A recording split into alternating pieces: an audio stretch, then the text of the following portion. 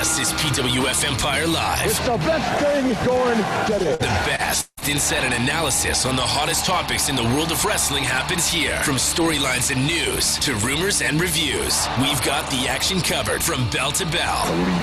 Presented by PWFEmpire.com with your hosts, Charlie Feast, Evan Medina, and J-Dub. Do I have everybody's attention now? The match starts now.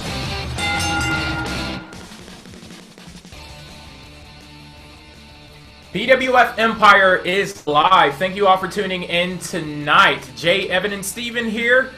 We've got a lot to discuss on this episode as we continue to travel down the road to SummerSlam.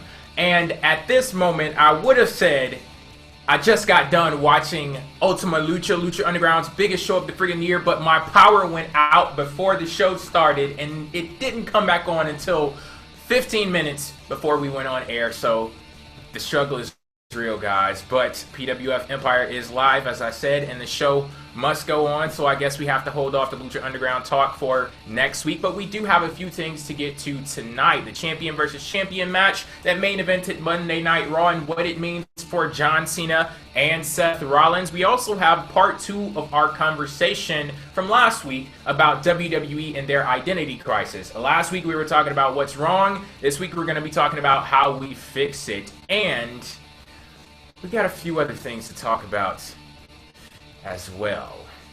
What's up, guys? Well, looks like you had a little problem with the Undertaker there. Coming into your home, causing that blackout. No lucha for you, huh?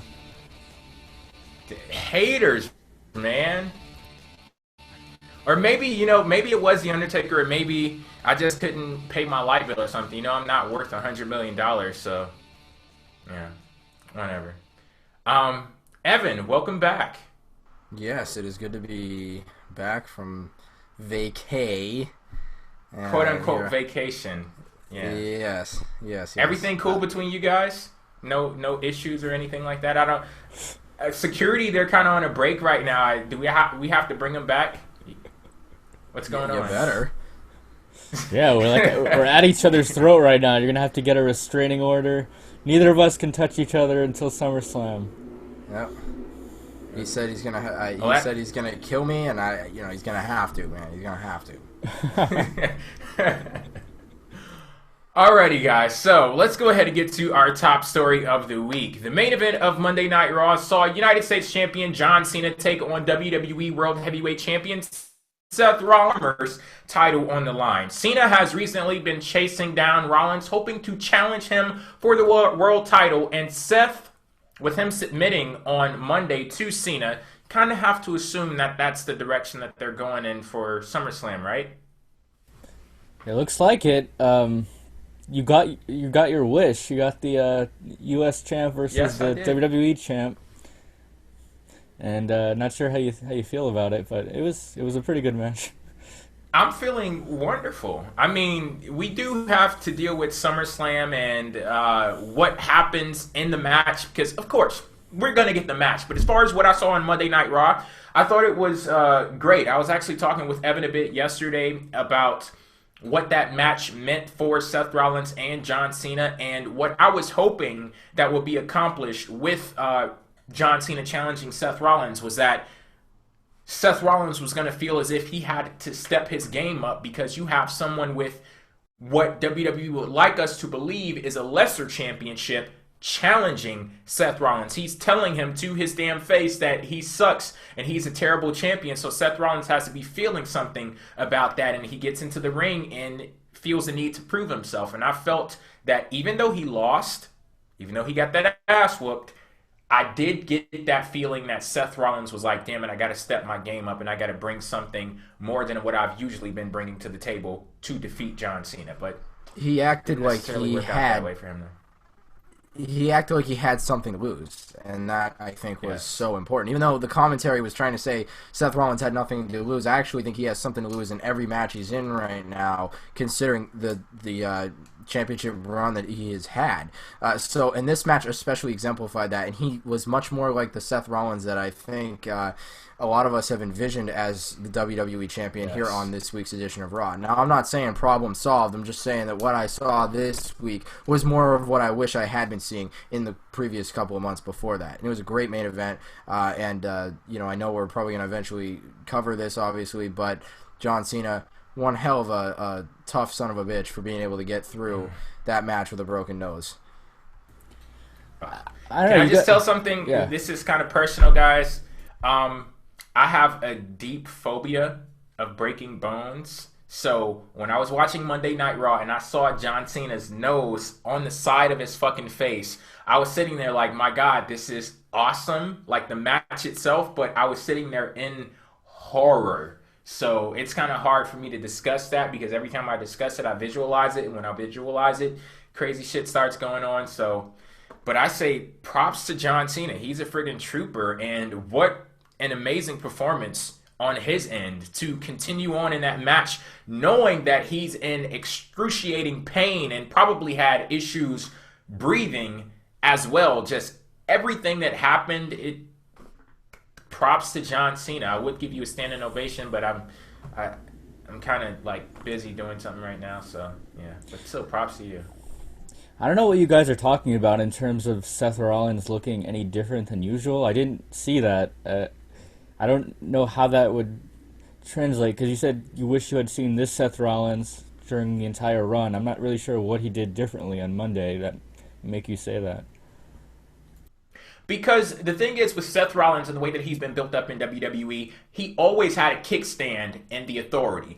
Someone was always there in case shit went wrong, that they were going to come in and they were going to save the day. Seth Rollins and this big ego that he has, it's just like, I am the king of the world and no one is on my level. I can do whatever the hell it is that I want to do. But in that match with John Cena, it felt as if something was on the line for Seth. And it's very funny that his title wasn't even on the line, but it felt to me as if he was fighting for something, fighting to try to keep something. And I would say what he was fighting to try to keep was his status as a number one guy in WWE, the number one champion. So he may not have lost a championship, but in losing, I think he did lose that number one spot in WWE. And I could see all of those thoughts going through Seth Rollins' mind. Like, I could see the sense of urgency that he was competing with on Monday Night Raw. And to me, that is a different Seth Rollins than we've seen over these past few months in him as champion. Pulling out things like the Phoenix Splash, I feel like were evidence of that too. Like he was pulling out moves and going to the well, so to speak. Like he was doing whatever the hell he needed to do to try to beat John Cena. He wanted to prove that he really is the number one champion in WWE. And like we've only seen that a few times, and that's where I see the evidence of him actually being quote unquote different than the Seth Rollins that we've been seeing. It's like I didn't see him even for 1 second cower away or try to run away. Maybe I'm wrong, but I didn't see that during that match. All I saw was a guy who wanted to beat John Cena. He could have tapped out much earlier in the match. He could have, gotten pinned much earlier in the match, but he kicked out of everything. He fought through everything. And I think that was what a lot more of the Seth Rollins you want to see. If he's an architect, I want that name to be lived up to in some way, shape, or form when he has the championship. And I mean, him losing the match is still not a good thing on the grand scheme of things, but I still got to say I liked a lot more of Seth Rollins' performance here on Raw and the way he was presented to me this week, whereas I haven't really been that big of a fan of it in the weeks prior. I think it's interesting how the tap out that Seth Rollins performed was, if you compare it to Kevin Owens' tap out, because when Owens tapped out, it was almost not desperate. It was almost like a calculated move. Like, this is the best thing for me at that moment. Rollins' tap out was a bitch tap out. It was like, okay, I give up, I quit. You got me. Which I think is kind of that goes along with that whole sense of urgency that he had in the match. But I'm hoping, like, of course, you never want to be in a situation where your world champion is losing on TV in that way. But, like I said, he hasn't been behaving as a world champion should, or at least what I think a world champion should be behaving like. So if this is the key to unlocking that Seth Rollins that we all knew and that Seth Rollins that we all loved, if this is his reintroduction to WWE TV, and you needed to have him on TV tapping out to John Cena to bring that character back, then damn it, I say, bring it on. I'm more than ready for it. It's well past time that we see this Seth Rollins return to WWE, and I don't know, I guess we'll see how things continue to develop going into SummerSlam. Anything more to say on this, guys? I was just going to say that, from the beginning, I've kind of felt like Seth Rollins' title run was going to end at SummerSlam. I think that's been a lot of people's thoughts. But honestly, I really hope with this loss here to John Cena that it could potentially lead to Rollins actually retaining, because, again, they're kind of building that whole suspending your belief that Seth Rollins can actually retain the title, and then by nook or by crook, in some way, shape, or form, he ends up holding on to it. But what I would like to see is Seth Rollins actually beating John Cena, and that is that. But obviously, I'm living in a fantasy world if I actually expect something like that. So no, I don't expect something like that, but I would take this loss here, a clean loss on Raw for Rollins, if it means that he's going to hang on to the title and at least look somewhat strong over John Cena at SummerSlam, if that's the route they're going. I'm assuming that's the match we're getting at SummerSlam. That's all the indications, all signs are pointing to it so far. So, I'll take a loss here for Rollins if it means he's going to hang on to the belt and actually be made to look better. Like you said, Jay, if this is unlocking the Rollins we want, then I'll take it, because what I saw from Rollins here on Raw this week was pretty damn impressive compared to previous weeks. Jim Ross made a very interesting comment about Seth Rollins and his role as champion. I don't know if you guys read this, but he said that Seth Rollins is every booker's dream because he's a beatable champion, which means that there's always a sense that he could lose the title. And I was thinking about that, and I actually kind of agree with it, because almost every title match that Rollins has had for the past few months, I thought he was going to lose, and I've been wrong every time. And I think he's going to lose again at SummerSlam, and I might be wrong again, which is kind of interesting to me. Well, of course, guys, if you want to chime in and share your thoughts on the champion versus champion feud heading into SummerSlam or any other topic that we discuss here on the show, feel free to do so on Twitter with the hashtag PWFEmpire, on the post on PWFEmpire.com. And if you want to chat real time with the PWF Empire live hosts and other viewers of the show, make sure to subscribe to youtube.com/PWFEmpire and catch live Wednesdays at 9 p.m. Eastern. Next up, let's kick off round one, or buy or sell, with some news on SummerSlam. It was recently announced that the biggest party of the summer is going to get just a little bit bigger. It is official. This year's SummerSlam will be 4 hours long. We wouldn't be here if we weren't. So someone could easily look at this and say, more wrestling equals more entertainment. But is it that simple? That's a big question to ask. So do you guys buy or sell WWE adding another hour to SummerSlam? I'm kind of biased because I'm going to be there, so I totally buy it. I'll take another hour for my money, But if I'm looking at it objectively, I don't know how they're going to fill 4 hours. I don't know if they have the matches for it. Seems like right now they only have 2 big matches, which is Cena, Rollins, and Taker, Lesnar. I'm not sure what else they could add that would add that level of WrestleMania feel to it, which is I think what they're going for. But they're going to have to figure out some way to deliver. They're going to have to maybe add another big name in there somehow, maybe Sting or something. I don't know.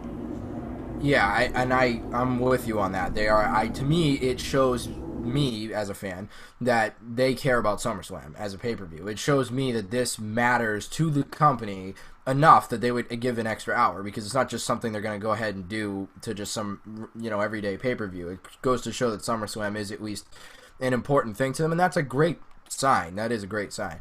So I buy it. Because I think it's good to at least promote the idea that quality is what they're looking for here. Now, that's not necessarily what we're going to get. We have to wait and see. Got to let that play out. But for me personally, I think having an extra hour to SummerSlam just makes there be more of a buzz to it. There's more reason to say, oh, well, now that there's an extra hour, there's got to be something special. That doesn't necessarily mean there is going to be something special, but it's what you're hoping for. So I'm all in. I'm going to go ahead and sell this because I talked about on this show a few weeks ago, WWE adding more hours to their weekly or monthly, whatever you want to call it, them adding more hours to their slate. That's the wrong direction to go in. I think that they need to work towards optimizing the time that they do have and streamlining the storytelling. Now, Evan, you talk about this possibly giving people an indication that the quality of SummerSlam is going to improve. That comes with the storytelling for me. And one thing that I can say for damn sure when it comes to WWE, if you look over the roster, you have a wide range of talented individuals on the roster that can go in there and tear the damn house down in a match. But it's not just about matches. As crazy as it sounds, wrestling is a little bit more about wrestling. And I'm wondering if the feuds going into SummerSlam are going to have that emotional investment that would require you expanding the show. Because if we go to SummerSlam and you throw a bunch of filler on the show, you throw in these matches, and it's just like we're throwing on matches just to have something to fill time, because that's something we see on Monday Night Raw every single week, and you throw on matches that don't live up to expectations, and then you throw on matches and you stretch out the time of those matches, like we saw with, what was it? Seth Rollins versus Dean Ambrose at Money in the Bank. That match was entirely too damn long just so they can fill time on the show. And if that's what if that's what we have to expect out of SummerSlam, then that's not a good thing at all. And I'm wondering why WWE, I know why they do it, but it's just, it's very unfortunate that I see things like this from WWE where they continue to feed off of themselves from a business side of things, and they don't realize that the core of their product is the product itself, and that's where the improvements should come, not with just extending the show just because you can. I don't think you have to worry about SummerSlam not delivering in terms of wrestling and in terms of storylines, because I'm looking at the card right now, and even though it's kind of lacking in star power, I think they have Lesnar and Taker, but other than that, I don't know if it justifies the 4 hours. But in terms of the card, I'm looking at it, and I think this is going to be one of the best cards of the year, because you have several matches that have potential to be match of the night candidates, and actually match of the year candidates. You have Undertaker, Lesnar, which could be really bad, but it could also be really great if they do it right. You have Cena, Rollins, which could be amazing. You have Owens, Cesaro, most likely, which could be one of the best matches we've seen all year. Ziggler, Rusev, and you have the Wyatt Reigns thing. I don't know what direction they want to go in there, but that's a lot of matches. And then you also have... How many matches was that you just named right there? That's 1, 2, 3, 4 or 5, but you also have potentially 2 Divas matches, which could be really great, depending on who they put together. See, with me, it's all about the emotional investment in the things, because I understand WWE wanting to make SummerSlam into the WrestleMania of the summer. I get the appeal in that, but if the storytelling isn't right going into those matches, like you can't just have a match on here for the sake of having a match. I think the storyline needs to go with it, and if you want this to be seen as a big event, then that big event feel needs to be felt throughout the entire card, and I'm curious as to whether that's something that WWE can actually pull off. Well, luckily they don't have to pull it off completely, because they're in New York, which is, we're an awesome crowd, so either way... So basically what you're saying is that you guys are going to do the work for WWE. Well, whether they do or not, I don't know, but if they don't, we are, so yes.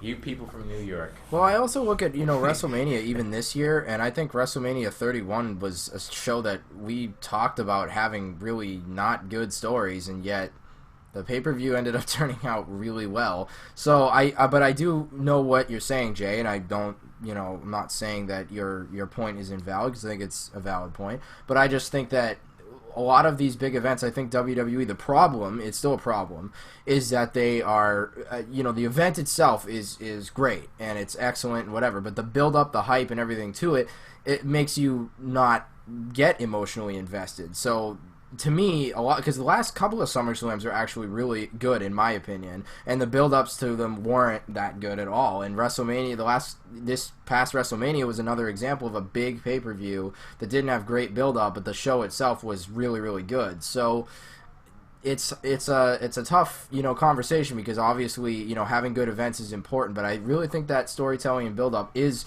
equally important, because it's what gets more people to give a shit about watching the show.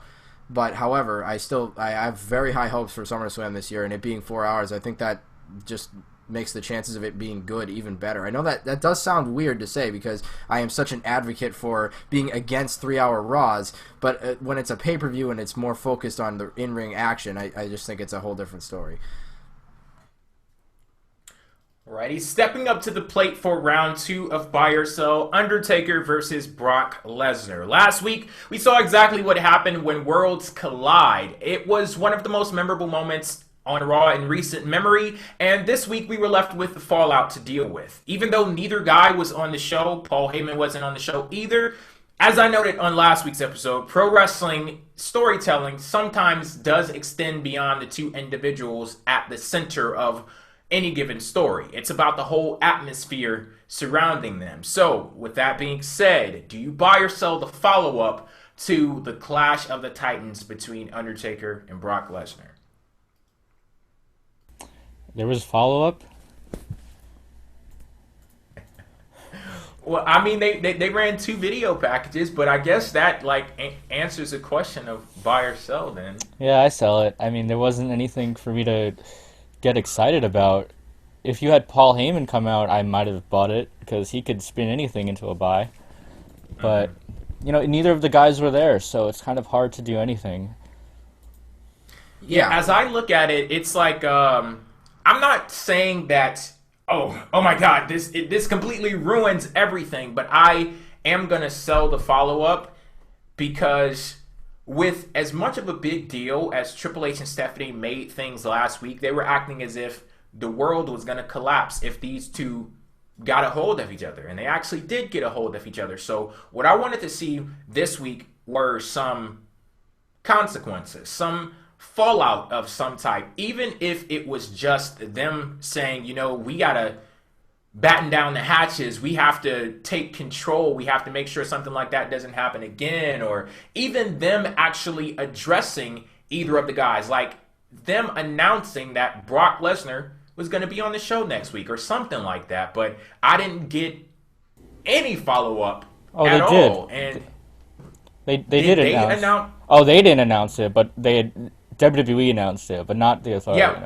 Yeah, I needed to see them specifically talk about Brock Lesnar.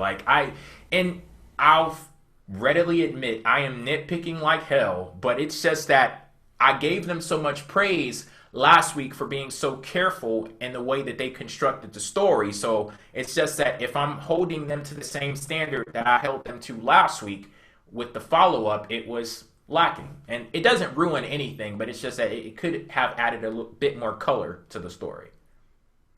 Yep, I'm going to sell what we got this week, if we really even got anything. But to basically recap my thoughts on the entire thing since I've been off for these last couple of shows, did not love what happened at Battleground, the way the main event whole thing finished up. But I did love the brawl and the way that it was presented on last week's Raw. I was a huge fan of that. That was awesome, really, right? Yeah, just a flat-out great segment. But I have to say, that was like the greatest moment in WWE history since The Miz body slammed Andre the Giant at WrestleMania 3. Yeah. Yeah, I remember that. No, these, it was great. It was great. But, all right, so... Well, I prefer when The Miz made Bret Hart tap out, though. But, yeah, so if I was to buy or sell last week, would have bought the hell out of it. This week, selling it because there really wasn't a whole lot to even look at except video packages, and I thought that was exclusive to SmackDown, but I guess not. Well, since we're on the subject now, sure you heard Undertaker's promo. Are you on board with this match? Actually seeing it go down? The quality of the match notwithstanding, are you okay with the idea of Undertaker versus Brock Lesnar? I don't think there needs to be a redemption angle in this story at all whatsoever. So my initial reaction at Battleground is there's no need for this. I just don't think it's all that necessary. If Brock loses, it's yep, last year and a half, where what are we looking at now? Taker beats Brock, and now what? That's just me. So at Battleground, I was I wasn't oh shit, this is terrible. I was just this isn't what I want. I get WWE didn't have a whole lot of other options, so I see, the reason behind doing it, but I still don't think there needs to be redemption. So if Taker goes over at SummerSlam, I'm just going to be shaking my head, But if Brock wins, that does a very interesting thing, which is that it solidifies even further that this guy is just unbeatable. And I love that. Yeah. I love that. So basically what you're saying is that Brock Lesnar has to kick The Undertaker's ass. There's no reason why he shouldn't. No fucking reason why he shouldn't. I don't care. But hey, we'll see. But yeah. The brawl certainly made me like it a lot more because it felt personal. It felt, it's like, man, that was actually pretty cool. You know how we are. We're wrestling fans, so it's like, that was pretty sick, I can't lie. But in the overall grand scheme of things, I don't think this story needs this. They ended the streak. It's either Brock goes over again, or why would Taker beat him? And more importantly, I still have to think, like, why did Taker just, not care at WrestleMania, beats Bray Wyatt, Brock is in the same building on the same night. It's like, just wait till a couple months. Wait, Brock. Steven, you gotta let him know. You gotta break it down for him. Oh, you mean the Bray Wyatt thing that I heard? Yeah. Okay, well, there's been a theory that I've heard some people pose on Reddit, or I forgot where I saw it, I think it was Reddit, but someone mentioned that in the storyline, Undertaker basically regained his confidence after he beat Bray Wyatt, because Bray Wyatt was calling him out for the resurrection, and so that was actually what it really was, because he brought Undertaker back to his full power, and now Undertaker actually has the confidence, and he has the faith in himself that he could actually beat Brock Lesnar. And so that's the explanation that I'm going with to make sense of this. What was that thing that you said a few weeks ago?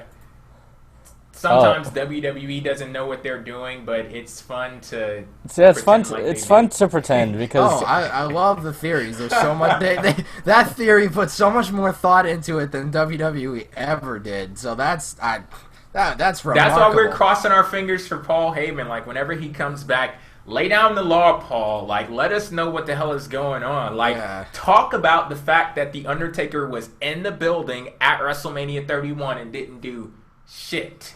Yeah, because until it's explained on TV and until it's given to me in the story, I think that the theory that's a nice point, but to me it doesn't matter because they're still not telling me that story. So to me, it unphases the reality that's in front of us, and it's just weird. So yeah, let's just pretend that they put that much thought into it. Let's go with that, please. Let's go with that.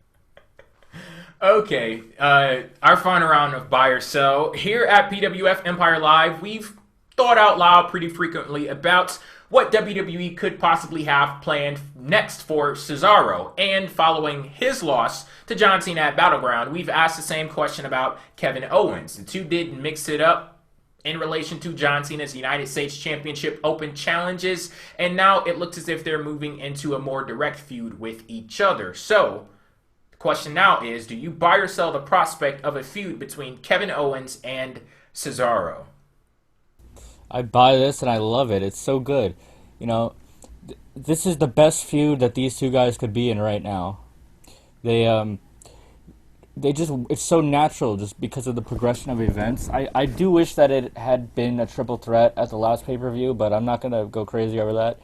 I do like that we're getting it now, and it's such a great match to do at SummerSlam because it's going to tear the house down.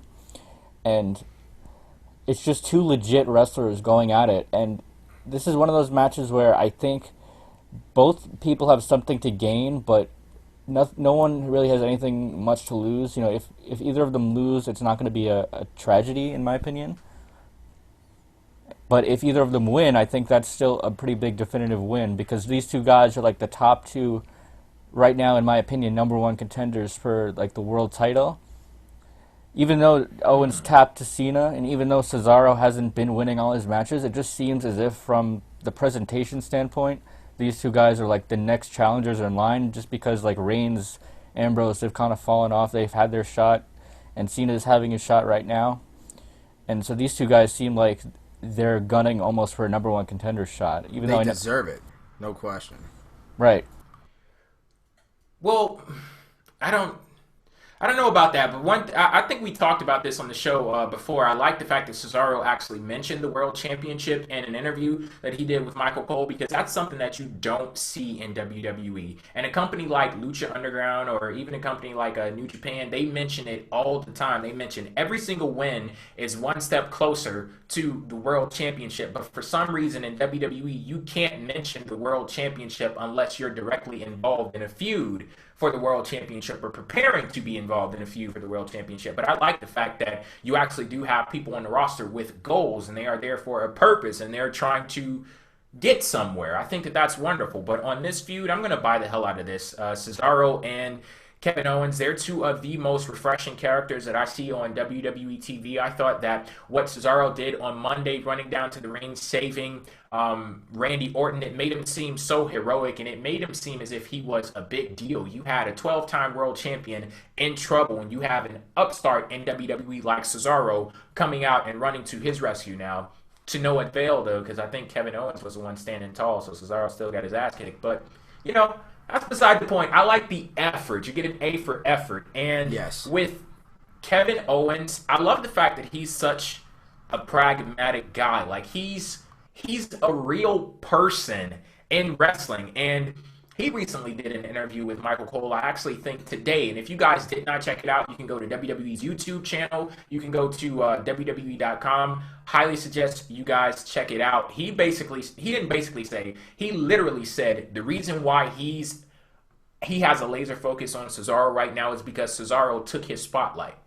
Because remember, even all of us on this show right here, when everything was going on in the feud between John Cena and Kevin Owens, Cesaro enters the picture, and that's all that we could talk about. And people were going crazy because Cesaro came this close to beating John Cena, but Kevin Owens actually did beat John Cena. And you look at a guy like Kevin Owens, and he's pissed off that this guy is taking some of the shine off of him, and that's just so real to me. It's not complicated, it's not convoluted, it's just straightforward. This guy is taking the attention when all of the attention should be on me. So yeah, I'm buying the hell out of this feud.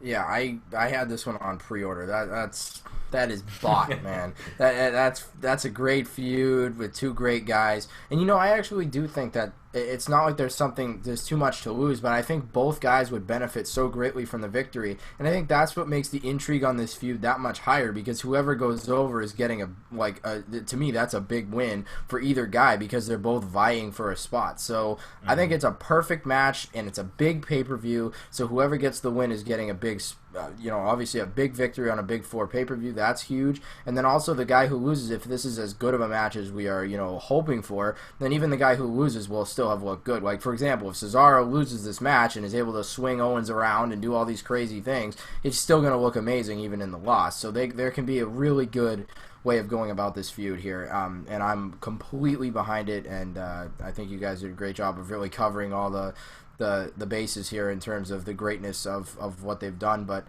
that pop-up powerbomb was nasty on Raw. Cesaro was made to look like he mattered. As soon as his music hit, that was the only time on Raw all night, other than Cena's nose, when I was like actually making noise, just like, whoa, hey, here he comes, marking out for Cesaro to come out, because it was like, oh, I really wish Cesaro was still a part of it, because I actually had just thought, while Orton and Owens were having their match, which was pretty good, I was thinking to myself, man, I know Cesaro on this show. That really sucks. And then he comes out at the end. I love the way they executed on that.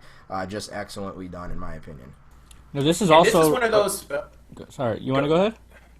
Yeah. This is one of those feuds where I hope that it isn't like the textbook thing that WWE does with feuds, where it's like a zero-sum game where no new overness is created. You just trade places from one to the next. For example, the feud that we saw with Dean Ambrose and Bray Wyatt, where it's like Bray Wyatt did nothing but suck away from Dean Ambrose. It's like nothing new was generated, and you would hope that in a feud with two up-and-coming stars in WWE, that both guys somehow, some way are elevated. And I'm just hoping that the content is compelling enough between Kevin Owens and Cesaro that when everything is said and done, that both guys are in a higher position in WWE than they were going into the feud. Yeah, I was going to say something that actually goes good with what you just said, because I was going to say this is a really great feud for Kevin Owens, because Kevin Owens so far on the main roster, he hasn't gotten a chance to be the great heel that he really is, because he's been with John Cena, which means automatically half babyface reaction, if not more. But right now he's going up against Cesaro, which is one of the guys who, to me, is probably going to get cheered by the smart audience over pretty much any other guy in the roster, except Daniel Bryan, who's not here. So that's, to me, a great position to be in, because finally you have Owens up against a legit babyface who most of the crowd likes. So Owens is going to be able to get some heat, which is a lot like what he did in NXT when he went up against Sami Zayn. Because even though NXT likes Kevin Owens, they like Sami Zayn a lot better, and they give him the heat for it. And I think he's going to get the heat in this feud as well. And this match could be anywhere on the SummerSlam card. Like, this could be the opening match. This could be somewhere in the middle. They could put this match anywhere on the card, and it's still going to be, to me, could be. I'm not going to say it is, but if I was to make my prediction as to the match I think will end up being match of the night, it very well could be this one here. So, it's great. It's going to be great to see, because all these matches, like, you got to think all these guys are going to be in competition with one another, because it's one of those cards where it's like any match could take it. Like, all the matches they look pretty good. Yep. Oh, well, this one certainly is one of them, no question. Righty, so we're going to move on to our next topic here. Evan, seeing as you were on vacation, you missed out on the opportunity to discuss a few of the hot topics in the world of wrestling, one of them being the Divas Revolution. I believe you were here on the initial night to talk about what happened, and on that night, if memory serves me correctly, you said that you were cautiously optimistic about whether or not WWE could sustain this on a week-to-week basis. Well, we're a few weeks into it, and I'd love to know what's your assessment on the status of the Divas Revolution, where we stand right now. I think this is going well so far. I'm not going to use the word great and fantastic and perfect, but I think it is going well. It would be unfair to sit there and say that it's not, going as planned, because they're, one of the Divas matches on Raw this week, Sasha and Paige, went almost 14 minutes, and that is just remarkable.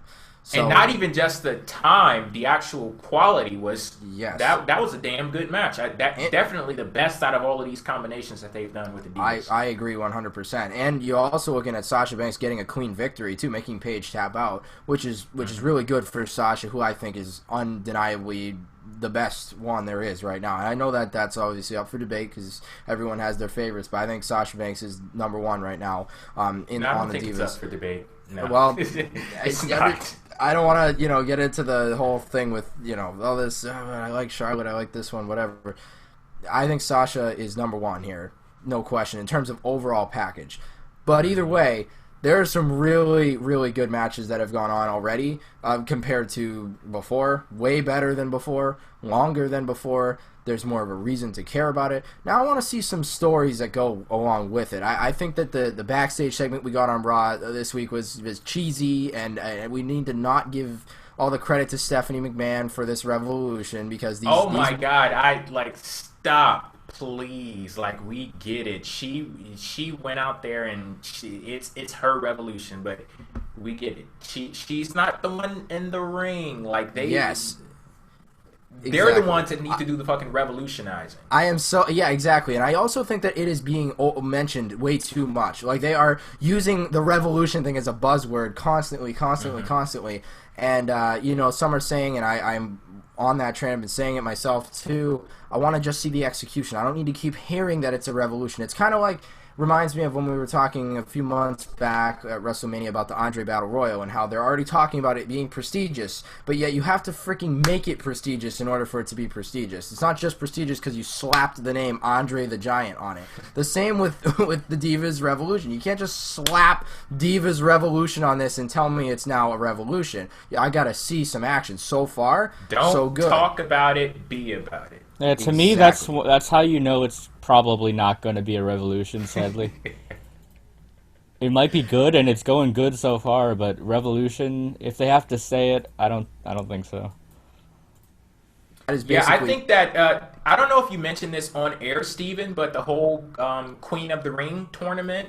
Yeah, I did. That is a perfect idea. I would really love it if they did that, because that would give purpose to what it is that they're doing right now, because you can tell it's as clear as day. They're just dragging this thing out to extend Nikki's title reign, which JBL had to be reminded of on fucking commentary. You want to talk about hashtag commentary awful? That was fucking awful. He's sitting at commentary and he's talking about Total Divas. And I kid you not, if you guys don't remember this from Monday Night Raw, Michael Cole literally said, and let me remind you, Nikki Bella is the second longest reigning Divas champion of all time. Why the fuck would you have to remind him of that fact? Because he's too focused on Total Divas. We get it. Total Divas. I haven't watched the show in a while, but fucking love the show. So I'm going to get back to it. Going to go on a marathon probably this weekend, but that's beside the point. We're talking about a revolution, and one of the reasons that the Divas division has been afflicted over these past few years is because of Total Divas. You put too much energy in that show and not enough in what's actually going on, because it's not like they're fighting to be on Total Divas, because if that's what they're doing, like if that's the purpose of this revolution, then I'm off this fucking boat and I'm swimming back to shore. Like, no, yeah. I didn't buy into this. Exactly, and that's and Steven said it right. You know, that's the fact they're mentioning it so much, to me, is a red flag as well, that it's very well not going to end up happening long term. But I'm gonna again stay on the cautiously optimistic train. I'm going to go into this with the hope that things can get better, but realizing that in reality the chances aren't all that high. But so far so good, and we'll kind of just let it play out and see where it ends up. But so far I like what I see. I just want to see better stories with it. So it's not. I'm not saying it's perfect so far either. It's been good. It's a step in the right direction, I guess, is the bottom line here. Yeah, and I think the ladies are definitely handling their end of the deal. It's just that behind the scenes, you have to give them a reason to be going out there and doing that. I've heard some people say that they like the Revolution. They just don't like the factions. They don't like that whole team because it comes off as very, as my good friend Charlie would say, it comes off like you're playing dodgeball in school, where the teacher or the coach just forces you into teams and okay, go at it. Like, what can we get something personal, like a personal type feel going on? Like, no, I wish they had. I wish they had held off on Sasha Banks. I think that was the most contrived one when they introduced all the NXT divas, because okay, it makes sense that Paige needs some help, so here comes Charlotte and the other one. I forget her name. Bailey, is it? No, that's the. What's her name? Becky Lynch. Becky Lynch. That's how you know I don't really care for her.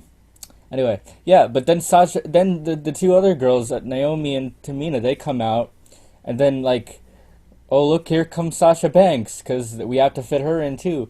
I wish they had we have to have three. Yeah, I wish they waited a week or two, maybe started the Revolution thing, and then Naomi and Tamina start getting involved, and then you save Sasha for a big reveal or something. I don't know. I think that would have worked a little bit better. Yeah, that's one of the big problems that is affecting this whole thing. It doesn't come off as really organic, but I'm in a position where it's I have gotten some really good matches out of it. And one thing that I can say for the divas, now that WWE is actually putting a focus on them, it's great because I see it alleviating some of the pressure from other places on the card. Because I noticed Roman Reigns wasn't even on Monday Night Raw this week. With them utilizing the divas more, it alleviates some of the pressure on the rest of the roster, and it allows them to tell different kind of stories. They could possibly give people weeks off or some episodes off so that they can do other things without forcing them on TV. And I like that idea, and I think that something like that should be done more. Hell, it shouldn't be done just with the divas. It should be done with tag team division. It should be done with the mid-card division, with those titles. So yeah, I say the more the merrier. The more important people you make on the roster, I think the better it is going to be for everyone, and with all of the storytelling, all of it. So Well, keep in mind it's still 3 hours, so even if they have more Divas matches, they still have quite a bit of time to fill. I mean, it does cut down on some time, though, because if you take into account the fact that we usually only get one Divas match and it doesn't even extend past one commercial break, now you're getting two Divas matches and what, like total 20, 25 minutes, maybe 30, so, you know, I think that that's good stuff. It helps WWE out, like, it's a game of inches, you know, so, yeah, wherever you can find those wins, go ahead and get them. Alrighty. Next up, we are going to continue our conversation that we started last week concerning WWE's identity crisis. One phrase that I'm reminded of right now is never tear somebody down without extending a hand to lift them up. We talked about all of the issues that we had with WWE in this identity crisis that they have last week. So this week, we're going to talk about some solutions. One solution that I see that WWE desperately needs to find is they need to return back to the fundamentals of wrestling. They need to go back to the basics when it comes to storytelling. And if you don't know what I'm talking about, here's an example. Say you get a situation where two guys who are feuding with each other are in the ring, and their feud has been plagued with interference and just people jumping into the matches. They don't have any clean victories at all. So an authority figure comes out and says, you know what? I'm tired of the interference. It's about damn time that we get one definitive winner out of you guys. So I am putting you in a cage match at the next show to ensure that there is no interference in this match. Now I'm going to go to my co-host from PWF Empire Live right now. If we had that situation play out on WWE TV where they say, I'm putting you in a cage match to ensure that there is no interference. Evan, what's the very next thought that pops in your mind?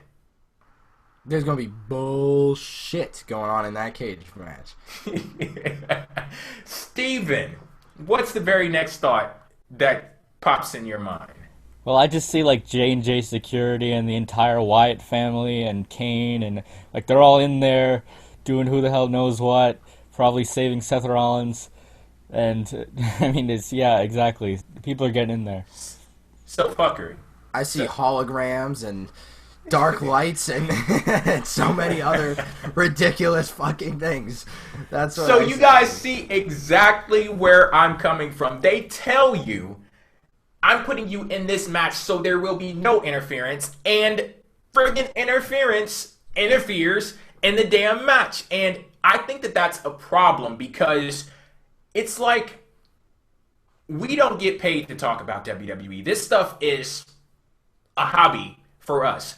The commentary team, they get paid to watch WWE. They're there every damn week. Their job is to analyze the show, know what's going on. And I sit there and I wonder if we could come to that same conclusion within a split second after you say, I'm putting you in a cage with no interference. Why the hell can't the commentary team do the same? And if you put your commentators in a position where they have to be dumb just for your story to make sense, then that's a problem. And what WWE would need to do in a situation like that is return back to basics. Get us to a point where if there's actually a cage match and you don't want interference in the match, don't have interference in the match. Because if the shock value that you throw in a match becomes the standard, who does it shock?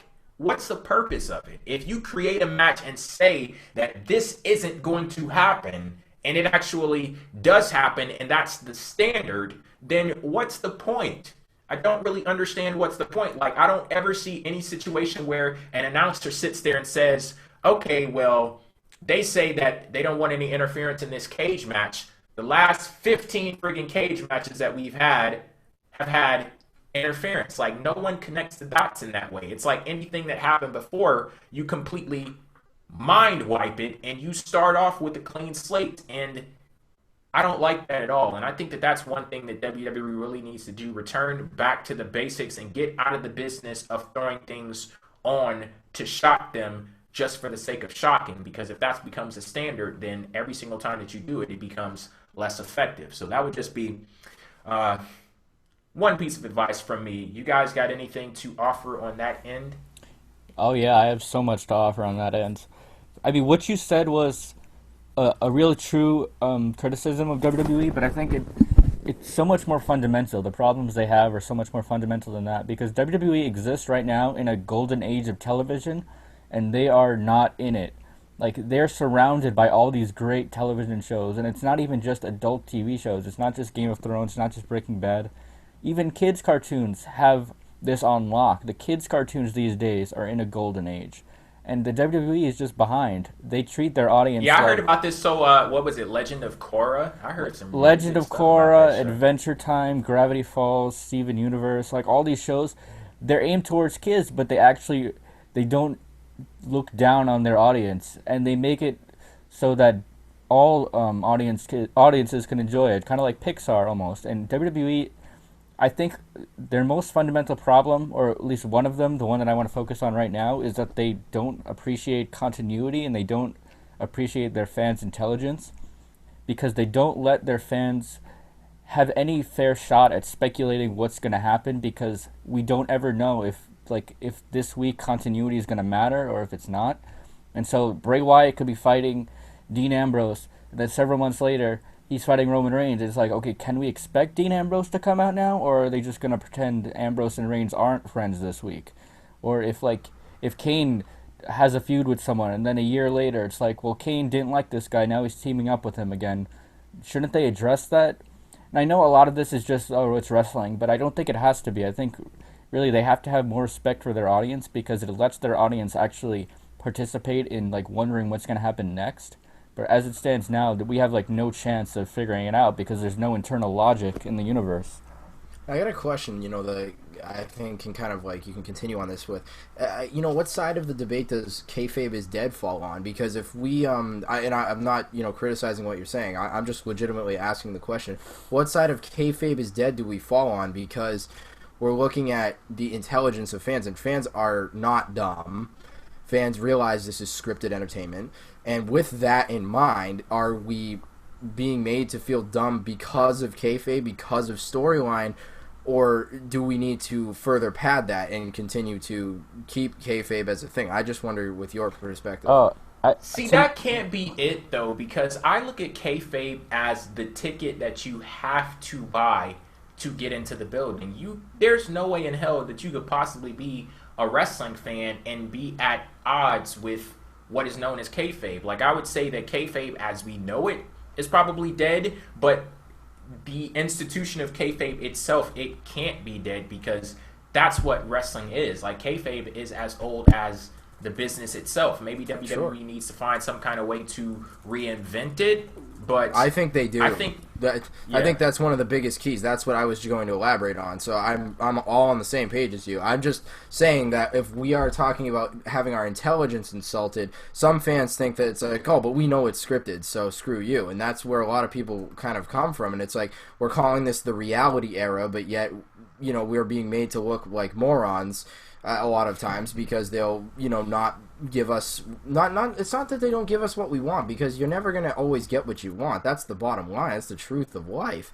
But it's that they start to do something that makes sense, and then they go in another direction. They always seem to have this just up and down type of product that never continues along the same path. Like Steve was saying, the continuity is just not there, and that's where I think kayfabe should be redefined as being even more realistic. Now that we are in a golden age of technology, we are in a golden age of things like this, then let's utilize that. Not utilize it by hashtag this and hashtag that. Let's utilize it in ways that, you can make wrestling feel more real than ever before. And it's hard to just pinpoint and say, you can do this, this, this, and this. I can't come up with 15 examples off the top of my head, but I know that company can do more things with kayfabe to make it feel more real, and maybe some of that goes into the fact that UFC and mixed martial arts are so popular. I'm not saying let's have MMA fights. I'm saying maybe the entrances are changed to maybe look like that when it's a main event time. I go back to Bobby Lashley versus Kurt Angle earlier this year. They had a world title match on TNA Impact Wrestling, and I know it's oh, who cares about Impact? But it was not only was it one of the best matches of the year that no one realizes, but it had the coolest entrances that I've seen in years, and it was different. It felt like a big fight, and maybe these things need to feel like fights now, not just wrestling matches. And I know that continues to go along the point of, yeah, I get it, wrestling is storyline, and we all know that, but most of us here also want to preserve the fact that it's storyline. Most of us want to preserve the fact that it is a fight, but we want to make it feel like it's actually realistic. That's what us as fans want. And if you're going to have a crop of kids and another generation coming up, you want them to think that it's as real as it is. And maybe they need to have more fights that actually, or matches that feel like fights. And you notice I keep saying the word fight, because maybe they need to have these types of things be a more prevalent part of wrestling. And I think that they can jump on that. But I still think... and I say keep mentioning it, that fights thing, because that's something that I was thinking about going into Brock Lesnar versus Seth Rollins, because you had Seth Rollins, like WWE made it a point to force it upon you that this guy is weak and he's going into this match to get his ass kicked, and there's going to be something crazy that happens. Like, that's the only way that Seth Rollins could possibly win, and we see that. Like, nobody is talking about what happened between Seth Rollins and Brock Lesnar anymore. They're all talking about what happened at the end of the match to basically screw the match. And that whole thing that you were talking about with fights, like,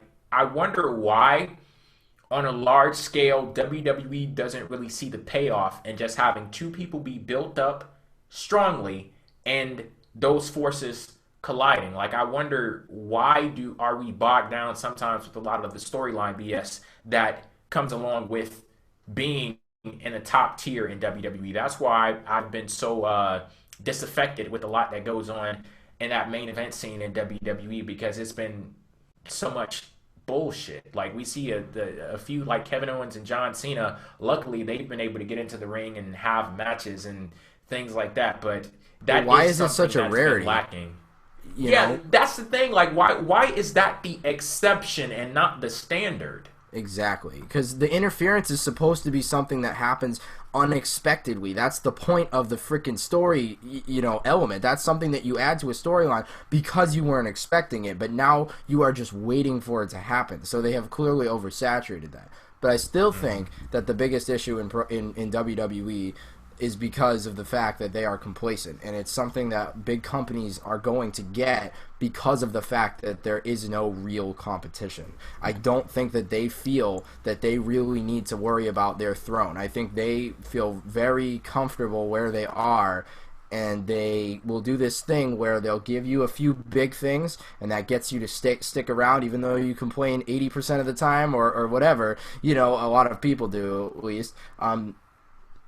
There's still going to be a few things that you love, a few things that make you mark out and keep you on the train. And as long as you're still riding on that train, and that train still has enough people riding on it, I don't know if they're going to really change their course. I just think they need to have something that hits them in the face before they're really going to, realize that. That's just where I see it from. I just want to answer Evan's question. It was kind of a while ago, but you asked me, do you think kayfabe is the fact that kayfabe is dead, does that add to the fact that we're being insulted, or however you phrase the question? I don't think it has anything to do with it. I think it's completely unrelated, because I think every wrestling fan, like Jay said, it's the ticket you buy to get in the building. You have to buy into this, otherwise you're not even going to be a fan in the first place. And I think every wrestling fan wants to get caught up in this. They want to be taken on a ride. They want to be allowed to get invested in a story. But the problem is they're constantly taken out of it because WWE has no commitment to their universe right now, and they go back and forth with continuity. They go back and forth with whether or not it's real or it's fake, or how badly they want to commit. And I do think kayfabe could come back stronger than it's ever been. I mean, we're never going to have the time where we think it's real. That's never coming back. But we could have the time where we don't care if it's real, and we have that now, but we can have it to a much greater extent where everyone is just getting lost in this crazy universe. But the logic has to be there. The logic has to be committed to, It can't just be like you insult your fans on a weekly basis with the commentary and the interference and all this nonsense. You have to actually commit to some internal logic in your universe and then actually follow that on a weekly basis. There has to be a mission statement, so to speak. Yeah, like you can't just change the rules every week because you booked yourself into a corner. You know, if 1 week you have preach. if 1 week like you have like a heel who does a dastardly thing and he gets away with it. If 1 week he gets away with it, but then 2 months later another heel does that, but he doesn't get away with it, to me that's inconsistent. This is like no one can follow this. It's just whatever they want on that particular day. And and I look at a product like Lucha Underground, and I see that they do it. Like, for example, if you're a WWE fan and WWE is all you know, and you're used to things like CM Punk pipe bomb promo and the storyline involving Daniel Bryan and this whole thing that they attempt to sell with us, this reality thing. You look at Lucha Underground and what is this cartoonish bullshit? But I look at that as all that we're talking about right now, that is being reflected in Lucha Underground. That's the type of show that they could have a match, a casket match, where the guy gets put in a casket, he loses, and then he comes back a few months later, and you can actually see the loss in the casket match. It's reflected in his current character, and he brings on these druids. They're called the Disciples of Death, and they do some zany type stuff with them in the backstage segments where they'll, you'll blink and then all of a sudden they're appearing behind you and things like that. And I think that that's okay because that is the standard that Lucha Underground sets. And that's the standard that they follow from a week-to-week basis. The thing is with WWE, we'll see some things that happen. For example, a few weeks ago, who was it? Triple H. He was backstage with Seth Rollins and J&J Security, and he tells J&J Security to leave the room so he can talk to Seth Rollins alone. Leave the room so he can talk to Seth Rollins alone. With the camera there, right? Yeah, with the camera right there, as if he can't walk out in the fucking hallway and watch it on the monitor. Like, yeah, that's one of those little things that's just really like. Sometimes you don't think about it because you have to, like, if you think about it too much, it just annoys you too much. But it's like, yeah, it's stupid, and it's such an easy fix too. Jay, you used the word earlier that kind of caught my attention, and we've used the word before, and it's organic. Mm-hmm. I think there's way too many forced things nowadays in WWE. Things are just kind of forced. So like we were talking about the Andre Battle Royal and how it's prestigious because it's Andre the Giant Memorial Battle Royal. No. There's got to be a reason why it is prestigious. You got to give me reasons. There is not enough proof in the pudding for most of the stuff that they are doing right now. And I think it also relates to the gimmick pay-per-views that you have. Those need to fucking go. Okay, the Hell in a Cell and TLC like that. Those matches are supposed to be a piece of a feud that they are only done when it fits into the feud or fits into something that actually can make some semblance of sense, That's why those matches were created in the first place. Like when it was the Hardys and Dudleys and Edge and Christian, with the TLC concept, like it was to redefine tag team wrestling. There was a reason why they had those matches, and they have those matches because there is a personal edge to the feud. There is a reason to have them. Instead, if you just have a pay-per-view called Hell in a Cell, whatever the damn WWE title feud is in a Hell in a Cell, just because it's a pay-per-view that's there. So again, it's forced into it, whereas you should only have a Hell in a Cell match like they did with like Triple H and Taker at Mania 28. There was a reason that they were in that Hell in a Cell. It was personal. That feud had to be that way, and it was a damn good match because it felt real. It felt like there was something to gain or lose in that match for both guys, and that's the essence right there. Is you cannot force things in pro wrestling, and they are forcing so many different things, and that is why I think also that the quality it continues to degrade. And we have someone in the chat right now, JJJ89515, saying the TLC pay-per-view needs to go. Praise him. That is one of my biggest gripes about WWE, especially with this new marketing tactic that they have with that show. They call it the Demolition Derby of WWE. And I hate how the friggin' announcers, every time that they talk about this, oh my God, like, this is going to be crazy. This is going to be insane. It's insane the fact that you have glee over people brutalizing themselves. Like, I think that that's one thing the WWE needs to do as well. Like, return to, hell, you want to talk about the reality era, talk about how crazy it is for people to get into the ring and hit each other with chairs and ladders and things like that. Like, that's not something that you're supposed to be excited about. It's okay for us as fans to be excited about it, but if you're a narrator to the story, you kind of have to get wrapped up in that story. That's one of those things where it's like you kind of lack a bit of consistency, because on the side of things where I was talking about earlier, where the announcers, they have to play dumb, they have to play along with the cage match type thing, but in this one, you're acting like you're a regular old fan. That can't work. Like, you have to talk about how the things that happen in those matches, they have consequences and things like that. Like, people are going to get hurt. Like, when I look at the TLC pay-per-view, I look at that as just mindless violence. Like, you're just throwing people on there to get thrown around just for our amusement and things like that. But if it doesn't mean anything as far as the storyline goes, then what was it for? Like, if you don't give these people a purpose to be out there and hitting each other and things like that, and then it doesn't really mean much, because it's not going to be memorable at all. Like, who the hell is still talking about what happened between Bray Wyatt and Dean Ambrose? Nobody. I think Dean Ambrose might just be the epitome or the embodiment of this whole problem, because he's one of those guys that's like, okay, send out Dean Ambrose to do something wacky with a weapon. Like, give him a chair, give him a table. And that's why Dean Ambrose's character is floundering right now, because he's just embodying this whole, like, demolition derby, like, stupid just excuse to have a weapon out there, even though there's no blood, there's no shots to the head. It's like, okay, well, if you're not going to do that stuff, and I understand why you don't want to do that stuff, but if you're not going to, then don't have it, because it makes no sense why, in the storyline, these guys can hit each other with stuff, but they won't do chair shots to the head. I mean, that just makes no consistent sense. And that's more evidence of them living in the past, though. Yeah, it is. And I want to go back to, you mentioned Lucha Underground. I think that and NXT are like the two places where we're seeing what wrestling really should be right now. And it's just the main roster isn't catching up. It's because it's right there in their own company. It's not every episode of NXT, and it's not every match, but I think we see like a general trend in NXT where this is like a serious product. The announcers take it seriously. Yeah, and obviously you're not going to see everything be perfect no matter what, and that is not what anybody here is asking for. We're just asking for a more consistently good product that...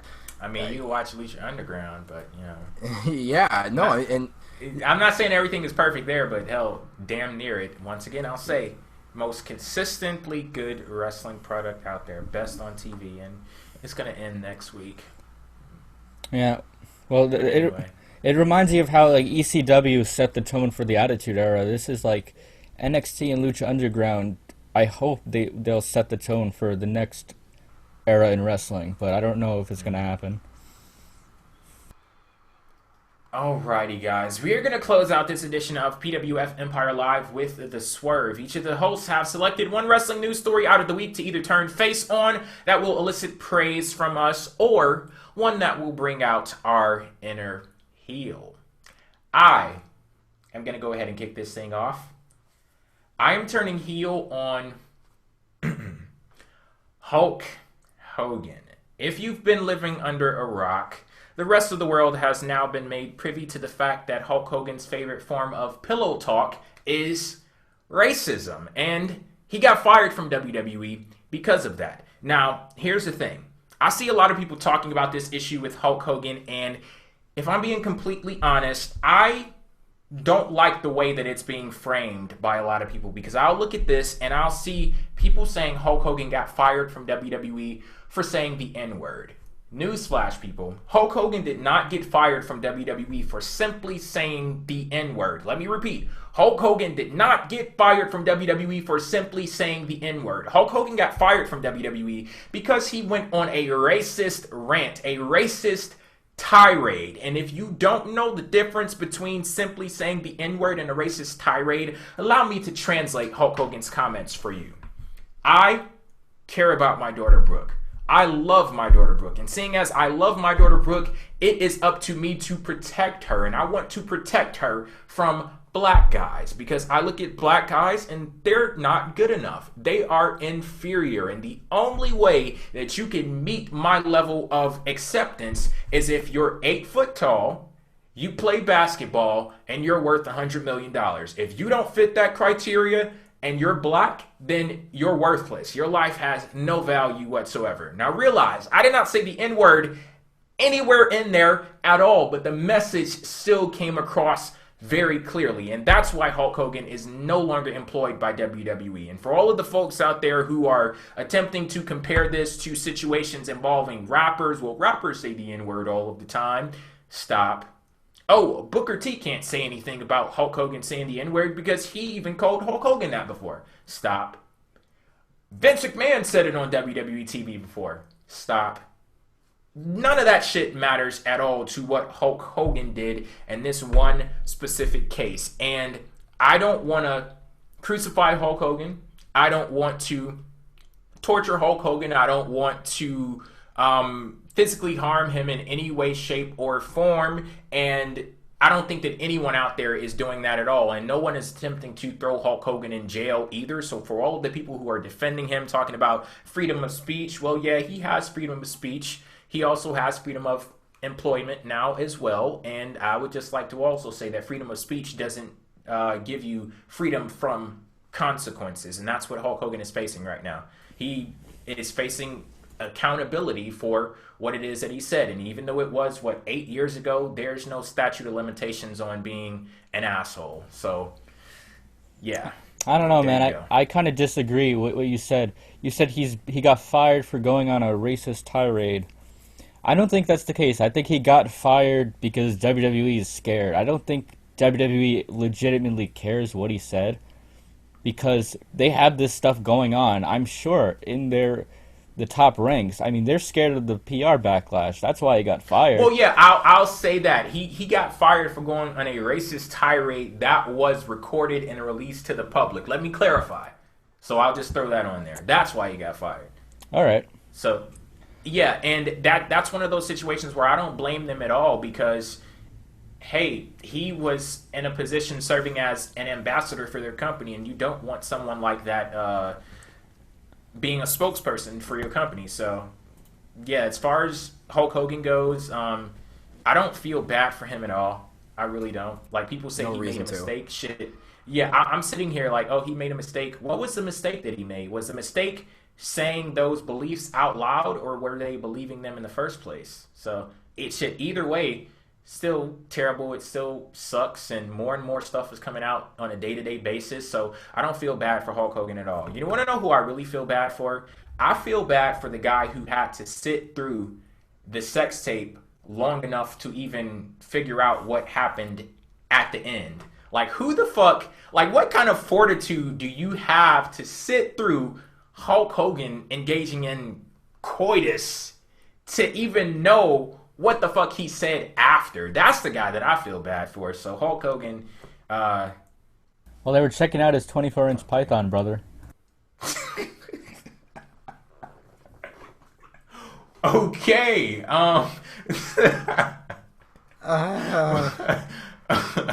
Alrighty then. All right. Evan?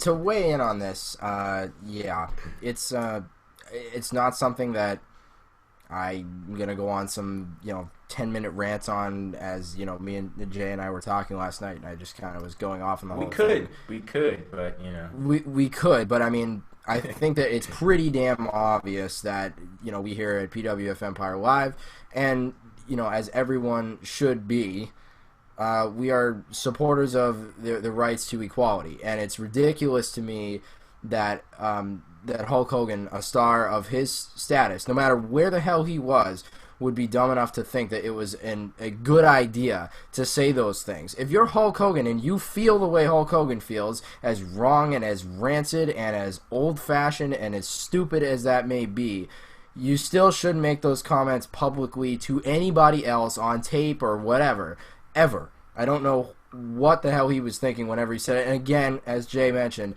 there is no statute of limitation. I don't care if that was 20 years ago. It still doesn't justify what Hulk Hogan said in any way, shape, or form. It's absolutely wrong in every way, shape, or form. There is just no if, and, or but about that. And I think that WWE is a hypocritical company because they are firing a guy for these racist remarks, yet they have their own, kind of hand in having racist qualities to them. I'm not saying Vince McMahon is racist, but what I am saying is that they certainly have proven that people of other ethnicities other than Caucasian have not exactly gotten the pushes, the characters, the gimmicks, the overall benefits that Caucasians would in WWE. There's no question about it. And they've been given gimmicks that reflect upon racial stereotypes. That has been that way for Asians in the company, for blacks in the company, and the beat goes on. There's gimmicks to this very day that still are within a racial stereotype in WWE as we speak. So, to me, it's hypocritical of WWE still in that manner. I wish this Hulk Hogan issue here, I wish this would cause WWE to finally be able to eliminate these stereotypes, finally be able to move past these ridiculously old school ways of thinking that are so damn wrong, and finally just start giving pushes to the people who deserve them, not the people who look a certain fucking way. And then I would like to add on to that, not talking about you hope WWE changes from this, not simply a thing where it's like, okay, well, just make sure you don't get caught. None of that bullshit, like, oh, make sure there are no recordings in the room. No, actually promote a change, because we've had conversations about what goes on in WWE before, and I'm pretty sure we're going to have conversations about what goes on in WWE going forward. But I'm hoping that this does promote a change within them, even if I'm not saying that they're at fault for what Hulk Hogan did, because the blame solely rests on his shoulders. No one pushed him to say any of those things. No one pushed him to believe any of those things in the beginning. That was all on Hulk Hogan as a grown-ass man expressing those beliefs. So, yeah, but I'm still hoping that WWE, you get your shit together as well. But back to Hulk Hogan. Man, I don't... Oh, yeah, I still have my Hulkamania shirt. I plan on throwing that away. I'm going to do that after I get off of here. But, yeah, you just hang with rappers and wear Jordans and do-rags and think do whatever the fuck you want to do. But, yeah, it's just amazing, you got... Yeah. I just lose respect, there's no way to not lose respect. I mean, some people still are within that school of thought, and I know it still exists out there, as wrong as it may be, but I don't know how the hell anybody can feel that way. And there's story after story that comes out in the news, story after story that is real truth to life. How can people who be treated so differently based on the way that they look? Because if you take off the skin of any one of us, I know that sounds weird, but follow me here. If you take off the skin on any person, there's still the same skeleton underneath. There's still the same beating heart. Everybody at the end of the day is a human being that lives and breathes this air, and you can't tell me that somebody isn't equal based off of the color of their skin. That is the most ridiculous thing I've ever heard. It's still the worst thing. So I think racism to me is the absolute worst thing there is on this earth, and I really would love to see it be eradicated someday, but I don't know, it's hard to crack thick skulls. But day by day I wish something, or I hope something can happen where this world becomes a better place for minorities and in the United States, and for people of color and any other ethnicity around the world. It's a fucking shame that things have to be so different based on the way you look. Maybe I need to learn how to play basketball. That's it. Maybe that's the key to it. I don't know. Did you guys see? I heard that Hulk Hogan retweeted something from that guy Dennis Rodman, who was sticking up for Hogan. This is the guy who's friends with the leader of North Korea. As if that helps anything. God. Yeah, he needs to stay off of Twitter. Like, get off of... If I could offer you some advice, like I said earlier in the show, never tear someone down without extending a hand to lift them up. Even if he probably wouldn't take the hand, but, you know, whatever. Get off of Twitter, Hulk. Like, get your shit together. Go talk to some PR consultants and, like, really try to rehabilitate. Like, I honestly don't believe he even knows what he did was wrong. Like, he's thinking like a lot of other people. I just said the N-word. Like, whatever, you know, everybody says it now. But I hope that he understands what he did was wrong and actually tries to rehab his image. Because, you know, I made a joke earlier in the show about Miz body slamming Andre the Giant at WrestleMania 3 because Miz is a new host on Tough Enough. He replaced Hulk Hogan. But, yeah, like, it's just so much history for Hulk Hogan. And you don't want to be in a position where it's like, you can't even acknowledge that guy's existence, or not even I wouldn't necessarily say not acknowledge his existence, but not promote it. Like, I was looking at WWE and I'm like, damn, it's great that we have Hulk Hogan back in the company now, and now this happens and they've completely distanced themselves from him. And I don't blame them at all, but it's just that it's a very unfortunate situation. It's unfortunate for the people who were offended by what he said. It's unfortunate that, you know, even if it was 8 years ago, I don't know how much he's changed in that time and who he is today as a man. So it's just all around an unfortunate situation that you really wouldn't want to be involved in. So, well, you got to remember, this isn't an excuse, but when he said those things, he was, I think he was dealing with suicidal thoughts, depression. His son was just in jail. Obviously not an excuse, but I mean, it's within the realm of possibility that he has changed by then. Probably not, but it's possible. I don't know, but I guess that's it. Unless you guys have anything else to discuss. Well, I'm just upset that we're not going to see Hulk Hogan get one final title run, because it was going to happen, brother. Hell, if you let him tell it was. So, yeah. He was still going for that match at WrestleMania. I guess not anymore. I heard someone at least I had heard from said that match was more than likely going to happen had this not happened. So, huge blessing in disguise that Hogan gets fired. Yeah, thanks, Hogan. He's like, damn it, dude. All right, you guys got anything else, like any other subject?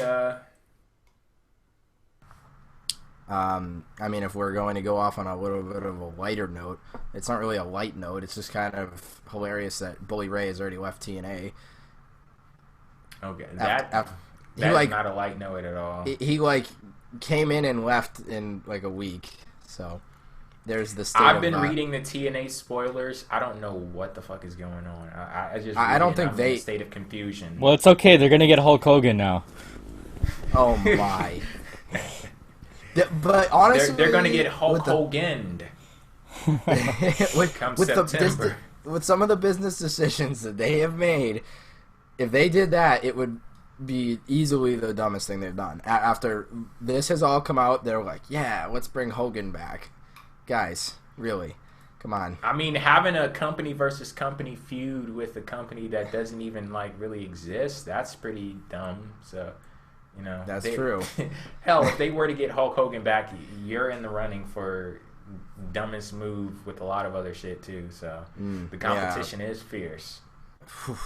What can be the dumbest move? I don't know, but I kind of feel for them a little bit on the Bully Ray thing because he kind of just backed out. But then again, they probably shouldn't have written him in as like a GM when he was on a like per appearance type of deal, so he could have backed out whenever he wanted to anyway. So probably should have had him signed before just making him like a GM type of character. But yeah, so that doesn't really put things on a lighter note, but I guess that was my turning heel on that whole thing.